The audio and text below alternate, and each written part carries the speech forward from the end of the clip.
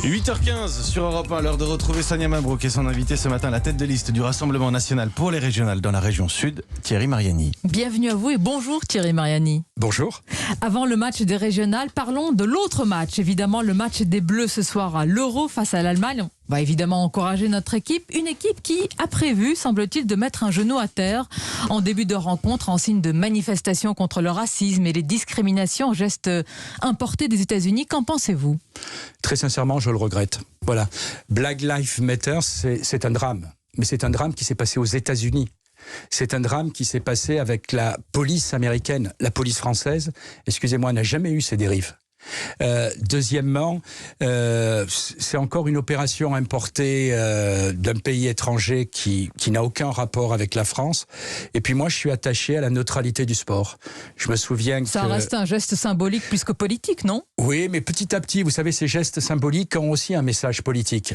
Voilà, je vois pas quel est le message politique pour la France. On est tous contre l'antiracisme. Enfin, je veux dire, on est tous pour l'antiracisme. Oui, pardon. attention, lapsus. On est tous pour l'antiracisme. Mais les dérives de la police américaine ne concernent pas la police française. Et d'autre part, en France, les campagnes contre le racisme rassemblent tous les mouvements politiques. Voilà. Et donc, je vous rappelle que l'article 5 de la charte olympique rappelle la neutralité du sport.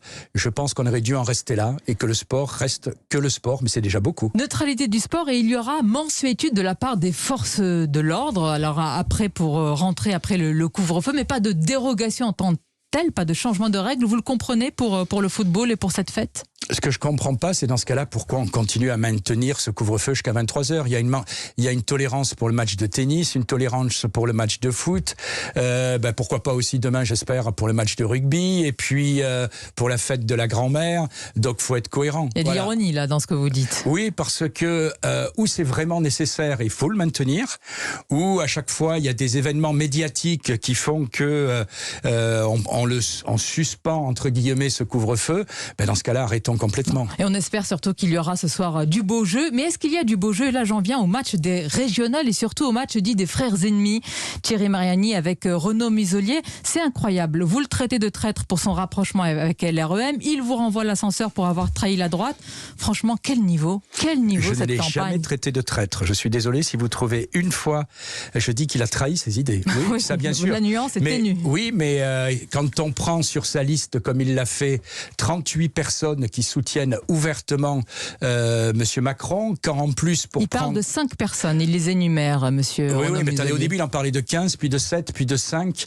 Je pense que d'ici le deuxième tour, il n'y en aura plus qu'un. Soyons sérieux, on a fait un vrai travail, c'est-à-dire quand on prend ces 123 candidats, on s'aperçoit que 38 soutiennent en réalité Monsieur Macron. Prenons qu'un exemple dans les Bouches-du-Rhône, si vous voulez. Le référent de la République En Marche des Bouches-du-Rhône est sur la liste, et les deux premiers de la liste au sénatorial sont aussi sur la liste. Voilà. Et puis, il y a des gens qui ne sont pas En Marche, parce qu'en réalité, ils jouent sur les mots. Monsieur Estrosi n'est pas En Marche, mais il soutient Monsieur Macron.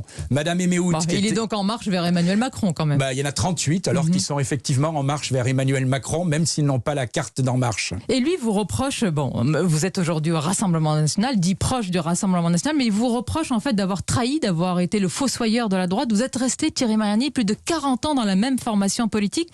Est-ce que vous reconnaissez aujourd'hui être le marchepied de Marine Le Pen en vue de 2022 ? Je crois vous le dites clairement. Non, écoutez, je suis resté 42 ans dans une formation politique où à l'époque, il y avait des Pasqua, des Seguin, des gens qui avaient des convictions, qui refusaient les compromissions.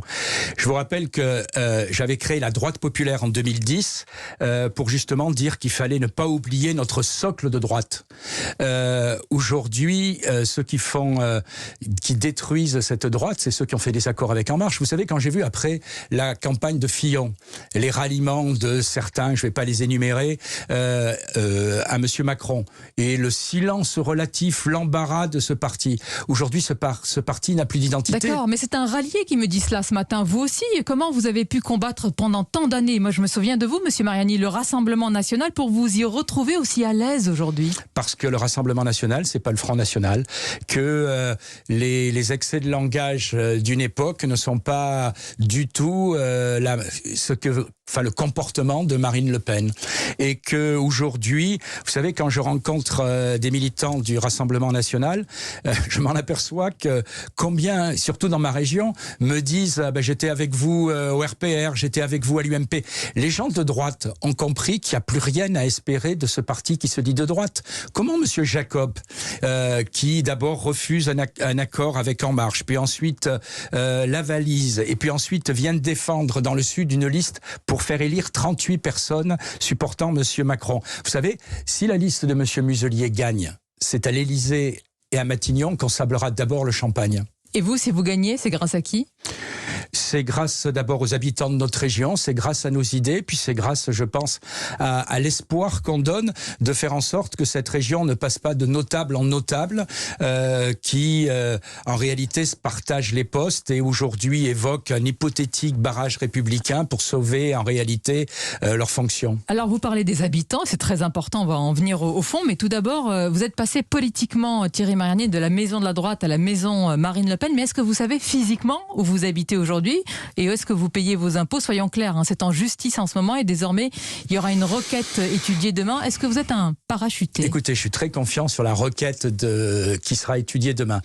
Et puis, soyons sérieux 2 minutes. J'ai été élu 3 fois maire et jamais battu maire de Valréas. J'ai été élu 2 fois conseiller général de l'enclave des Papes, jamais battu. J'ai été 4 fois député du Haut-Vaucluse, jamais battu. Vous croyez sincèrement, je suis né accessoirement à Orange, j'ai grandi à Aix-en-Provence et à Avignon. Est-ce que vous avez un domicile fictif aujourd'hui ? Est-ce que vous avez un domicile fictif aujourd'hui ? Bien sûr que non. Bien sûr que non. Et de toute façon, je suis, je le répète, tout à fait confiant. En réalité, c'est quoi ? C'est Monsieur Muselier est un peu pris en panique quand je vois, par exemple, comme il insulte ceux qui sont dans ma liste en disant c'est une bande de sous-doués, pardon, de sous-doués ou de crânes rasés. C'est pour ça que je vous disais tout à l'heure, ça vole haut. Oui, mais je répète, moi, je reste dans des limites du raisonnable. Et puis, je vais vous prendre un exemple, puisque Monsieur Muselier a demandé il y a quelques années la nationalité mauricienne pour faire du business à l'île Maurice. Est-ce que je lui conteste la qualité d'être... On a compris, les coups sont lâchés, tous les coups sont permis. Non, ça c'est la réalité, c'est un fait. Mais tous les coups sont permis reconnu. entre vous. Mais est-ce que je vais dire aujourd'hui que M. Muselier, parce qu'il a voulu faire du business ou de la défiscalisation, j'en sais rien, à l'île Maurice, est aujourd'hui quelqu'un qui n'est pas de Provence-Alpes-Côte d'Azur ? Bien sûr qu'il l'est, comme je le suis. Voilà. Et je pense que ce genre de procès, vous savez, j'en suis aussi à ma 2e plainte en justice de M. Muselier, parce que je dis, et je vais répéter une fois de plus, que par exemple, il a plus de 200 personnes à son cabinet et à ses services communication. C'est pas moi qui le dis, c'est les magistrats de la Chambre régionale des comptes. Immédiatement, il dit mais c'est incroyable, c'est la justice qui va devoir trancher, mais avant, il y a quand même les habitants même, les citoyens, les électeurs. Je voudrais vraiment revenir sur le fond, Monsieur Mariani. Renaud Muselier affirme que vous allez couper, par exemple, c'est important, des subventions à la culture, que vous allez assombrir le rayonnement culturel et international de la région. Est-ce que vous pouvez dire ce matin à ce micro qu'il n'y aura pas de gel de subventions en fonction de leur orientation politique ? Madame Mabrouk, j'ai 62 ans. Regardez mon passé. J'ai été pendant 9 ans... Vous allez me dire que c'est pas à cet âge-là qu'on... Non, mais j'ai été pendant 9 ans vice-président du Conseil général de Vaucluse, où il y a un certain nombre de festivals. Et... Donc vice-président chargé de la culture et du tourisme. Est-ce que vous avez entendu parler de drame ? J'ai été maire. Je vous rappelle que dans ma ville, j'ai créé, ça existe toujours d'ailleurs, un festival de théâtre de rue. Quand on connaît le théâtre de rue, c'est plutôt subversif.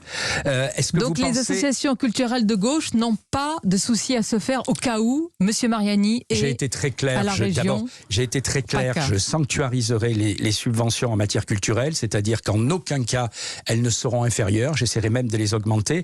Et puis, regardons un exemple à côté dans la région Provence-Alpes-Côte d'Azur, David Racheline, Fréjus. Vous vous souvenez de tout ce qu'on avait entendu sur la culture ? Var Matin, qui n'est pas vraiment un journal qui fait campagne pour nous. Hier, titré sur 2 pages, « Réunir tous les arts pour un été culturel et libre » en annonçant le programme de Fréjus. Donc c'est le dernier épouvantail qui trouve encore, mais c'est pas très sérieux. Il y a la culture, il y a la lutte contre l'insécurité, et je note aussi que vous faites campagne, Monsieur Mariani, sur le thème de la lutte contre l'islamisme que vous souhaitez éradiquer. Mais en quoi est-ce une compétence régionale et comment pouvez-vous le faire ? Déjà, écoutez, en ne commençant pas à se compromettre avec certains. Quand je vois par exemple que l'ambassadeur du Qatar, qui est un sponsor de l'islamisme à travers le monde, est reçu en grande pompe par Monsieur Muselier et Monsieur Estrosi. Vous savez ce qu'ils vont vous opposer, d'être le meilleur ami des autocrates aujourd'hui dans le monde ? Oui, mais excusez-moi, au moins... Chacun doit choisir ses amis dans ce cas-là. Pas des attentats dans le monde entier. Voilà, moi ce qui m'intéresse, c'est qui menace la France. Oui, mais est-ce qu'il faut faire une hiérarchie entre les bons et les moins bons, Monsieur Mariani, ceux qui menacent la France, pour moi, sont les moins bons. Voilà, c'est tout. Et puis après, si vous faites référence à mes relations avec la Russie, le dernier soldat russe a quitté le territoire français en 1815. Voilà, du temps de Napoléon. Donc faut quand même hiérarchiser les menaces. La menace aujourd'hui, c'est l'islamisme. Voilà. Et puis pourquoi ils nous attaquent aussi ? Parce que par exemple, dans ma liste, j'ai des gens qui ont fait condamner Monsieur Estrosi parce que justement, il avait fait condamner la ville de Nice pour avoir mis à disposition à un prix très préférentiel des locaux pour une mosquée islamiste. Donc je pense que oui, dans cette région, il faut être extrêmement attentif. Monsieur Mariani, en écoutant ce matin ces déclarations et ces coups portés les uns aux autres, et si c'était elle la grande gagnante ? L'abstention. Ah, oui, pardon, je cherchais. Mais oui, mais est-ce que vous êtes inquiet du niveau annoncé de cette abstention ce dimanche ? Non, je crains, moi, je crains le désespoir, surtout.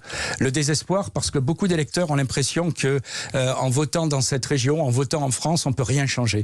Et moi, je leur dis très clairement, vous avez l'occasion unique pour une fois de changer dans une région et d'avoir une autre majorité. Et ma majorité, je vous le répète, les 3/4 viennent du Rassemblement national, 1/4 n'est pas issu du Rassemblement national. Ce sont des professionnels, des personnes qui, comme moi, sont issues de la droite classique. Là, vous cherchez à rassurer en disant cela ? Non, il faut gommer un peu le Rassemblement national. Je ne cherche pas à rassurer, mais quand j'entends dire que c'est une liste de sous-doués, j'ai l'impression que M. Muselier devient vraiment macronien. Vous savez, quand M. Macron disait « je suis dans un lieu où il y avait des Français qui ne sont rien », eh bien pour moi, il n'y a pas de Français sous-doués ou qui ne sont rien. Il y a des Français qui simplement aiment leur région, aiment leur pays. Quelle dernière ligne droite dans cette campagne. Merci Monsieur Mariani d'avoir été notre invité ce matin, d'avoir répondu à nos questions. Bonne journée à vous ainsi qu'à nos auditeurs bien sûr. Merci.